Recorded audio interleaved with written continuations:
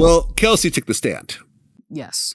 And her testimony on the stand was completely different than the testimony she initially gave after she was questioned by the police. She did recant. I mean, that was pretty, but to say that it was completely different, to me, it was just like so obvious that she did not want to testify against Tory. She doesn't want to be seen as a snitch. She's not going to identify somebody for the cops. She just kind of had cold feet up on the witness stand. So they were able to do the questioning about her previous statements from the September interview.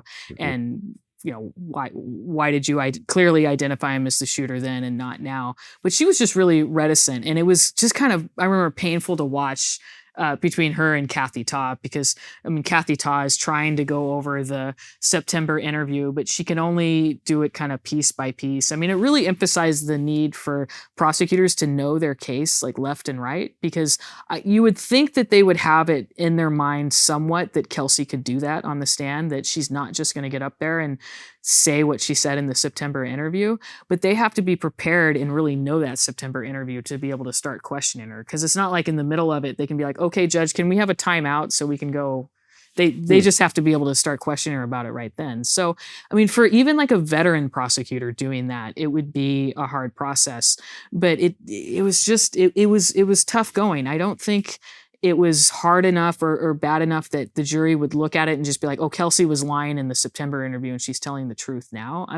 She was just her behavior and demeanor up on the stand. But what Tory's lawyer did really open the door for prosecutors, because he just went up there and started grilling her about the fact that she had to have been pressured, that, oh, they were pressuring you, Kelsey, weren't they?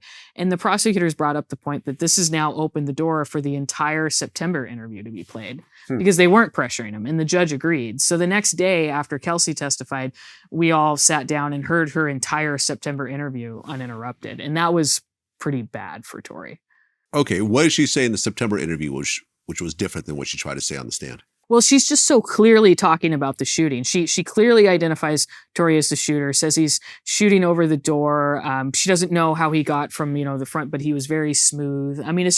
It's such a descriptive interview of it. And it's her demeanor in it too, that it almost sounds therapeutic for her, where she's just like getting it off her chest and going over everything. And you can hear the prosecutors asking her questions to try to get more information, but they're not leading her on. And one of the questions, I think it's Kathy Ta, she says, had you ever been involved in a shooting before, Kelsey? And Kelsey's like, no. And just the way, it was just a genuine way for her to talk. Okay. Well, I remember at one point in the trial, they asked her who paid for a lawyer, and she said she doesn't remember. She did say that. And there's always questions about her pleading the fifth, being granted immunity.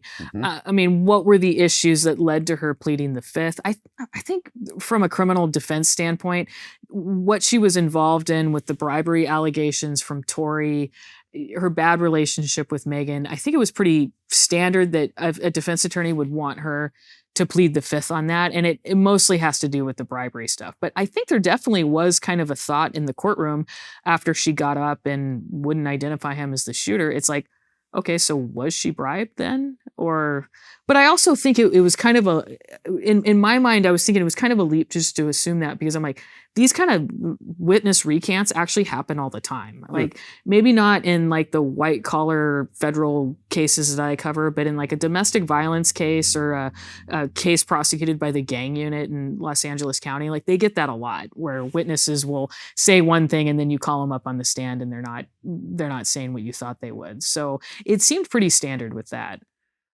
In the courtroom, did it seem like there was witness tampering in terms of bribery? You think that Tory paid her off to help his case? Like, for example, like her saying she doesn't remember who paid for a lawyer. These are not cheap lawyers. Yeah. This is not a pro bono lawyer. So her saying she doesn't know who paid for the lawyer implies that Tory paid for the lawyer. Right? Yeah, there were definitely a lot of questions raised there. But I remember not thinking that I really had enough information to like really make one judgment one way or the other. Because, on the one hand, yeah, it's here she is doing what Tory wanted her to do. But then she also, in the September interview, it's like certainly doesn't sound like she would have been paid off for anything there. And was the bribe after the September interview? There's all these kind of questions there for sure.